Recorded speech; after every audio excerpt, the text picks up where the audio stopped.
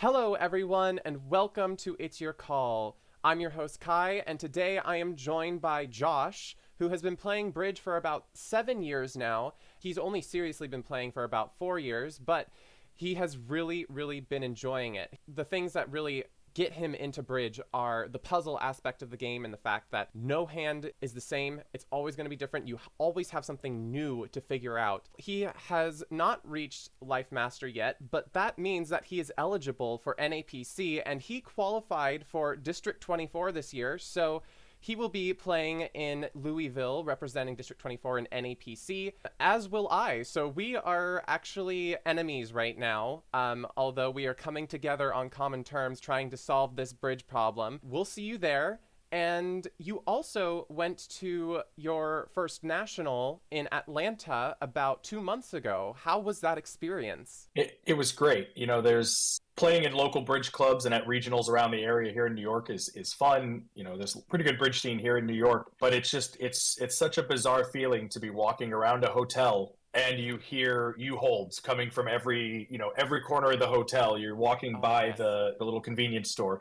You're walking by the restaurant. You just hear, I had five spades, I had a stiff diamond from everywhere. And it's, you don't ever see that, with that many bridge people coming together at one location. And that was just a really cool, I want to go back to everyone I can possibly go to in the future now, because it's just a really unique environment. And I'd encourage, they've got games for everybody. If you play bridge, you can find a game that you can fit in at down there. Right.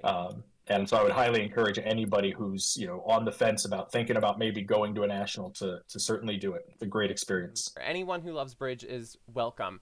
I mean, it's not just a competition. It really is a celebration of bridge. Everyone's coming together, and it's just a lot of fun because you're there with other people who are at your same skill level, and they're enthusiastic about the game. You always have something more to learn. But overall, thank you, Josh, for joining me on It's Your Call. Are you ready to get started on this hand? Absolutely. Pleasure to be here with you, Kyle. Let's get going.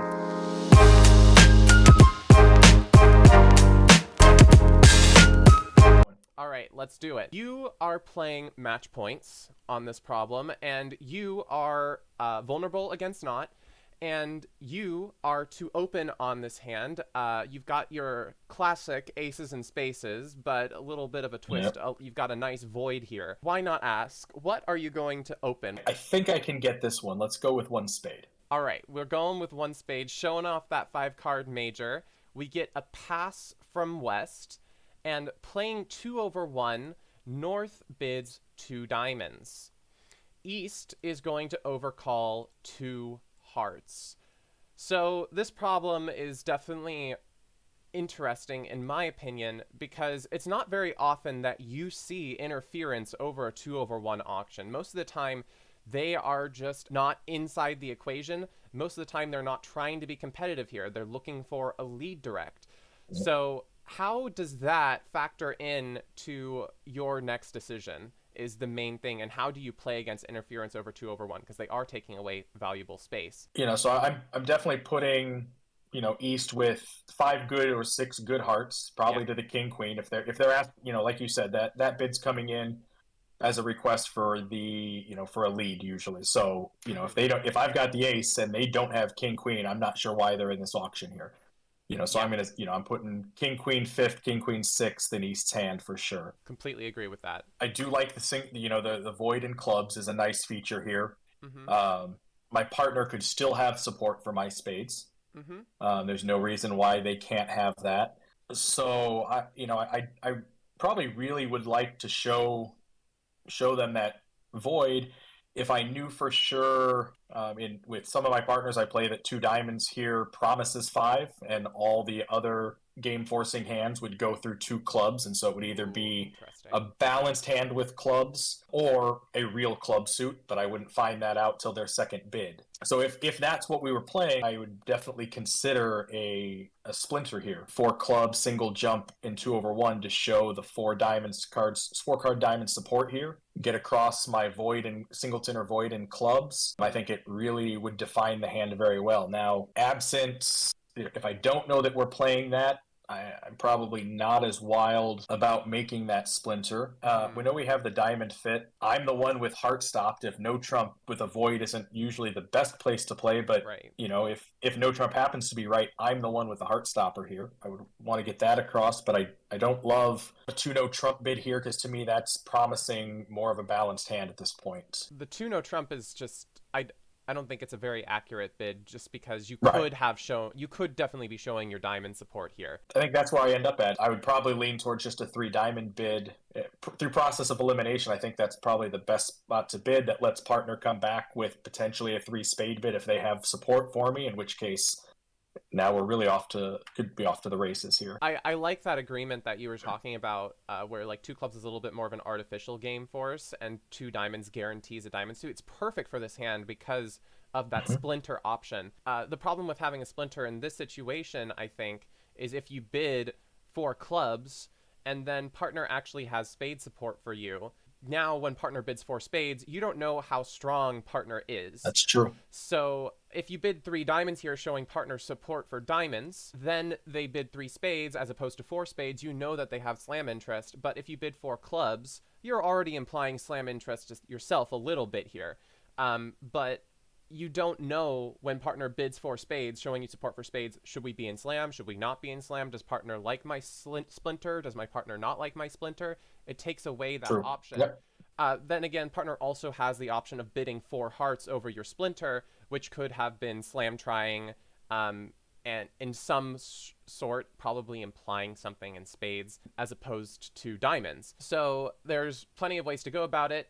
Undiscussed, we don't have that agreement. So I think 3 diamonds, I agree, is a great bid. So we have 3 diamonds here on the table. West passes. They would probably bid 4 clubs, and East would pass. And now it's your call again.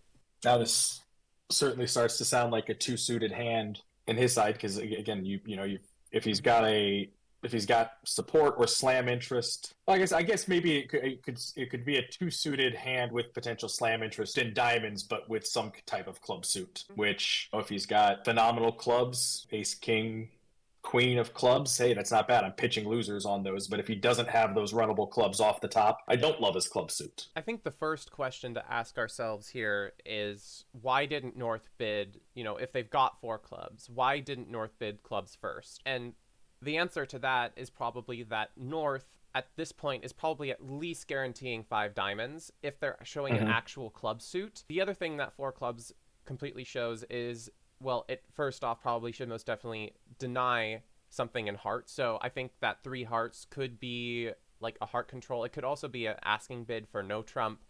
But I think that 4 clubs definitely should be confirming diamonds as trump. Yeah. And it should definitely be showing some form of slam interest as we are bypassing 3 no trump. This is something to be asking everyone, including the audience here.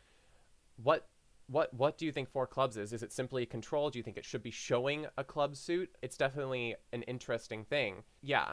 What bids are coming to mind for you right now? I mean, if it's just a club control with slam interest, I have everything else controlled, and we don't have serious 3 no trump available here in a minor suit fit. So take partner as it's more of a real slam try as opposed to something where they're just bidding it just in case. So now I'm thinking if it's a club suit, I'm less excited about it, like I said, unless it's that runnable off the top clubs where I'm just pitching losers right off the bat. If it's a club suit, I'm starting to be a little more hesitant and looking just towards 5 diamonds here. If it is a club control, which I think you're right, I think it could very well be here, then I'm looking more towards 4 no trump because I have everything else controlled. And let's find out about our king of trump and our although now that I say that, we've got a void, so that doesn't necessarily, and I know partner has a control here, so it doesn't necessarily, if they show me 1 key card and then I ask about the queen, it could be just the ace of trump and we could still be off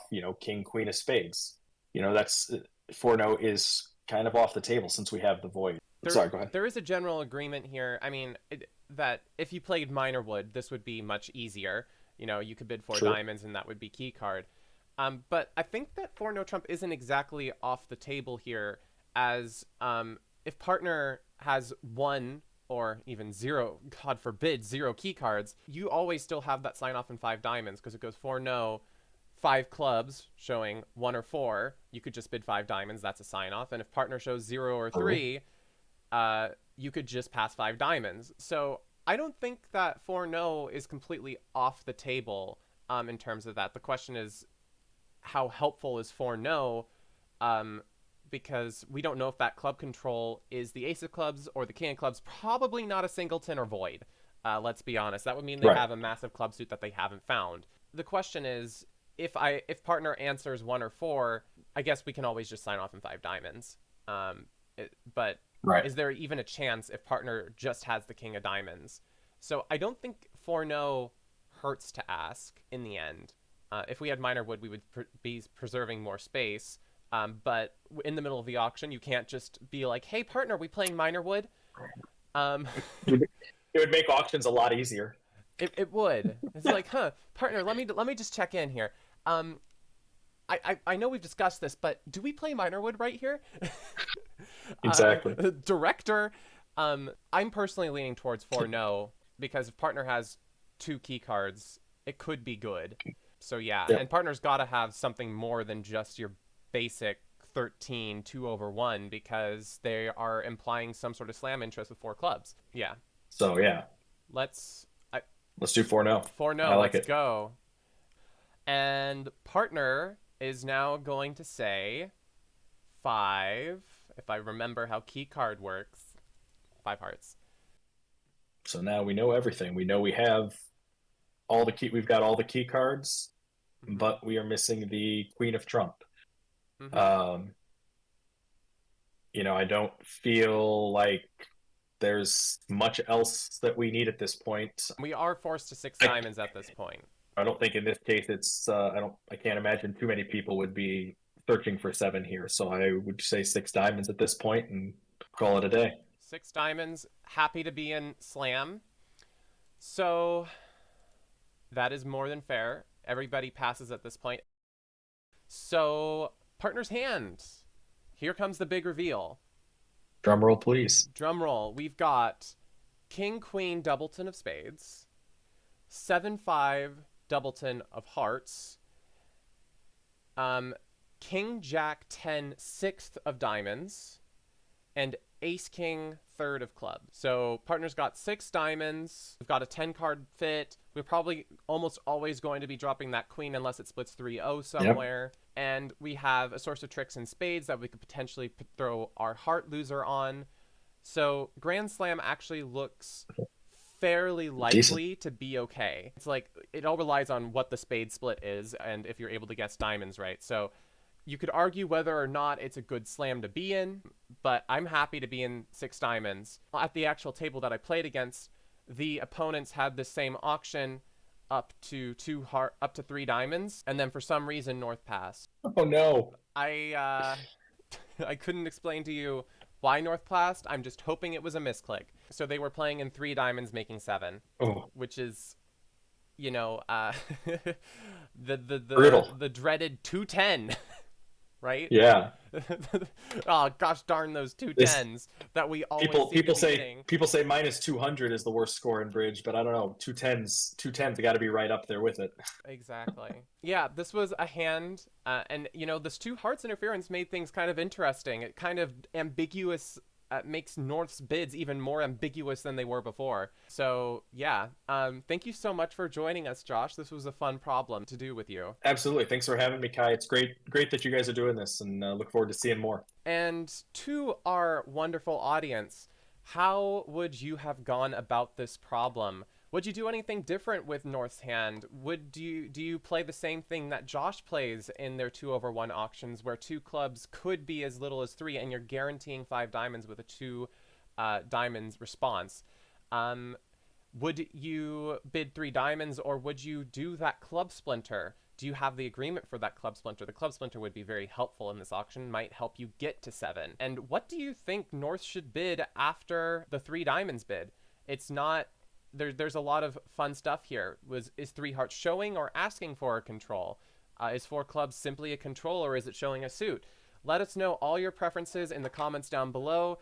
And if you like this video, please like and subscribe to the ACBL YouTube channel for more It's Your Call videos. We will see you all next week. Have a good week, everybody.